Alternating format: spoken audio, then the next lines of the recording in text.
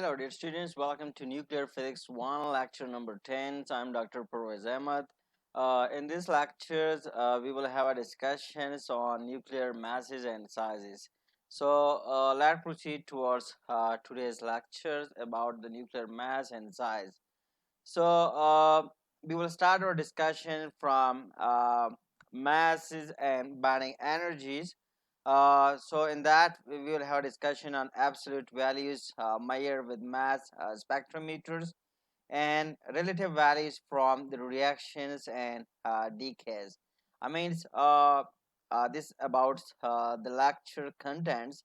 That is, the lecture topic just I mentioned is about nuclear masses and sizes. So for that, we will utilize these two techniques. That is, masses and binding energies. For masses and binding energies, we will utilize two techniques. That is, absolute values measured with the mass spectrometers and relative values from the reactions and decays. I mean, we will talk about the spectrometer methods. And just like I mentioned, spectrometers basically gives the absolute values. And the second technique is somehow a theoretical approach. That is, we will take the relative values from the reactions and the decays. So for nuclear sizes, just like we mentioned, what actually we do for the nuclear size measurement. That already we have a discussion in the previous lecture. That is for a nuclear size measurement. We basically measured. It is the nuclear size is basically measured with the with the scattering experiment. Just like I mentioned in the previous lectures, that this is most probably that has been done in the history by Rutherford scattering experiment, and we will further utilize that concept of Rutherford scattering experiment, but the detail of which we will take in the coming lectures. So here we will leave these discussions here. That is a Rutherford scattering experiment, and we will proceed toward isotope shift and atomic spectra. I mean, these are the techniques for measuring the nuclear size. So the Rutherford scattering approach, we will leave it here. We will have that discussion in some of the coming lectures. The approach that we will utilize here in this lecture is about isotope shifts and atomic spectra. So let's collect all the experimental facts first. That include uh, we have to measure relative masses by energy release and the decay or reactions. I mean, whenever we do the measurement relevant to the nucleus, so first of all, we have to get the relevant information, and the relevant information include, we take a particular decay reactions. That is, we have, a nucleus that goes under decay, and we have the daughter nuclei that we denoted by Y and Z, and along with that, the energy that is being released during the decay process, we have denoted by delta E. So the mass difference X between the parent nuclei and the daughter nuclei is delta E over C square. I mean, normally whenever there is a decay process, there is a disintegrate process or decay process, or we can say nuclear reactions. So during that, we normally have some of the mass that is being converted into energy. We can say that we have normally have mass difference. So that mass difference that we normally have during the nuclear reactions is equal to delta E over C square. So absolute mass is measured by mass spectrometer, just like we mentioned on the previous slide. Is the next transparency, and relation between mass and binding energy we calculate with the help of these given relations. So for that, if you want to find the relation between the mass and binding energy, so we have this relation, that is B is equal to this is the relations, that is the total number of the proton plus the total number of the neutrons, or we can say that the total mass of the number of the proton we contain in that particular nucleus plus the total mass of the neutrons that is contained by that particular nucleus minus the atomic mass of that particular atoms, and divided by c square.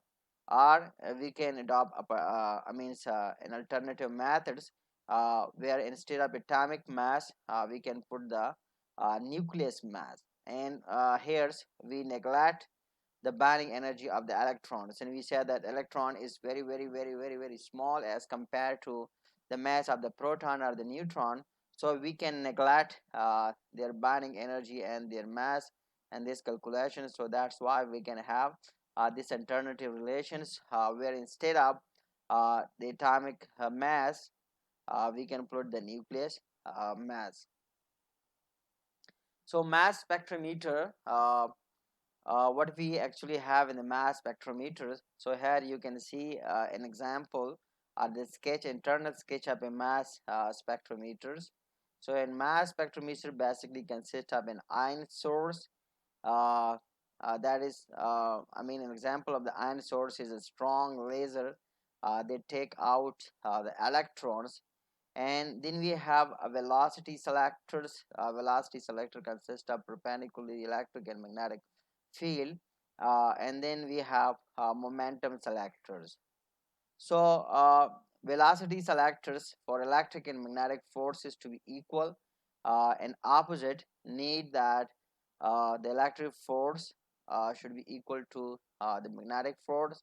So that implies that the velocity or the absolute value of v, where v is should be equal to e over b. That is the value of the q, they cancel, so you can easily get the value, the absolute value of v, that is equal to the absolute value of e divided by the absolute value of b. So momentum selector, that is circular orbit satisfied when we have these relations, that is momentum, that is mv, m for the mass and v for the absolute value of the velocity, that is equal to q b r of the r is basically here in this particular relation is the curve, radius of that curve. So measurement of the r, measurement of the x, here you can see that we have x. Okay, so the value of the x, measurement of the x gives the value of r, and r and v gives the value of m. So that how we calculate with the help of mass spectrometer, we can calculate the mass. So now by utilizing the concept of binding energy for nucleons versus a, so that you can easily get from this sketch. So here we have plotted binding energy that we denoted by B for nucleons that we represent in mega electron volt is plotted against the mass number. So it's a typical way of representing mass measurement. So here you can see by yourself that B here B increases with the A, that is atomic mass up to 56, that is 56 we mean up to iron, up to irons, the atomic mass increases and then slowly decreases. And here you can also observe that B is very small and not smooth at all. It's smaller value of the atomic mass. So here you can see that that is nearly with the atomic mass uh, between so 1 and 4. So here you can see, or 1 and 3, here you can see that B is very small and not smooth at smaller value of the atomic mass. And here one has to ask the question that why, but be remember here we will not be able to answer this why, because we have left the discussions to shell metals where we will have shell model and semi-empirical mass formula. I mean, we will leave that discussion till we are not, getting to the semi-empirical mass formula and shell model. I mean, that cannot be easily explained or well understood until unless we have a discussion on semi-empirical mass formula and shell model. So we left the discussions to these two. Model, that is semi-empirical mass formula, and the shell model. So nuclear sizes and isotopic shapes.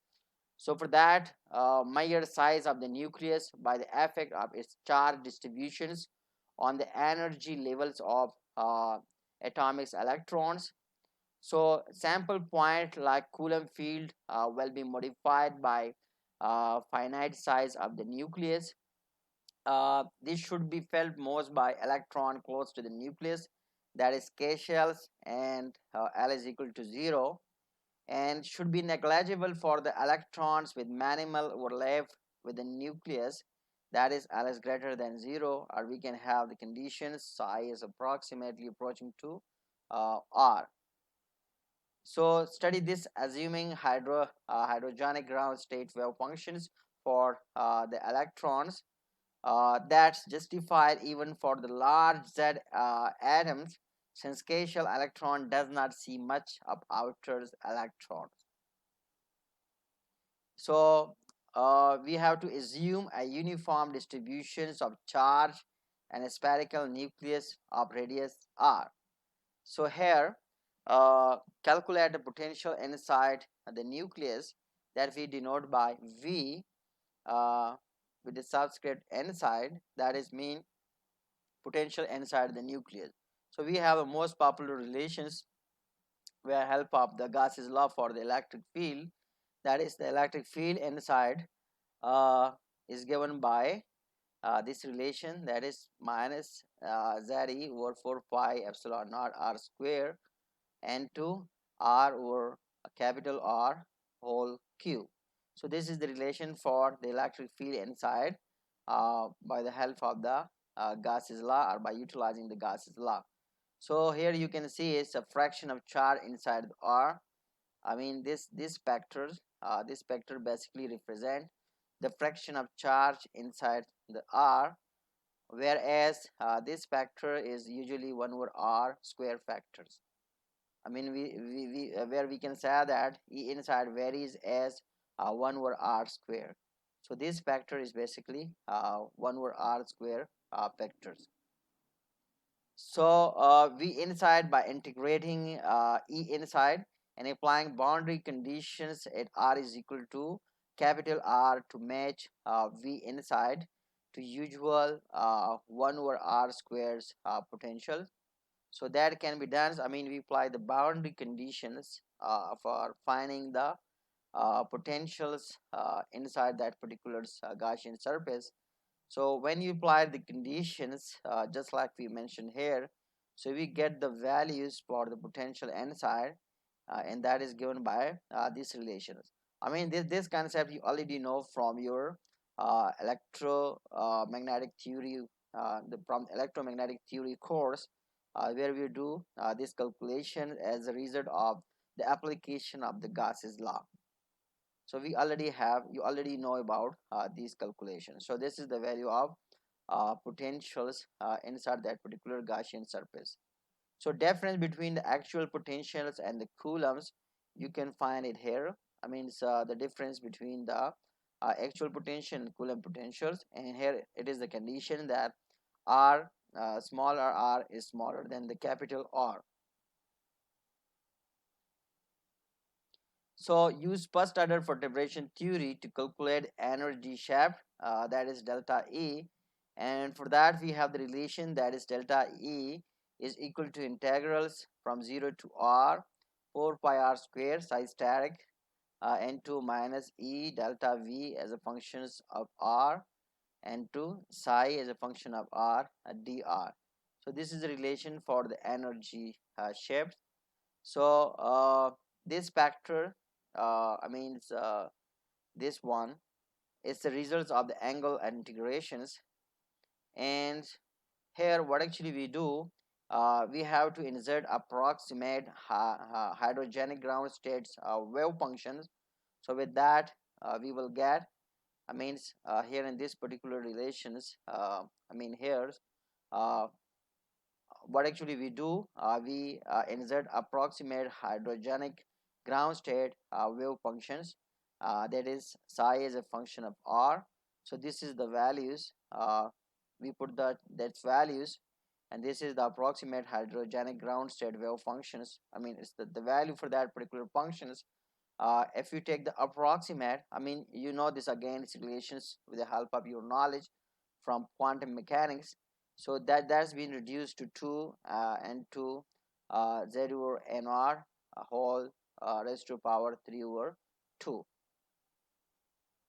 So now you just put the values, you put the values and do the calculations. So we get the value for the energy shape, that is we get these relations. So what actually we did, we have just put the values, we have put the values for the delta v. Here in these relations, we have put the values for the delta v from the previous slide, and we have put the values for the psi as a function of r from these relations. So we get these relations here.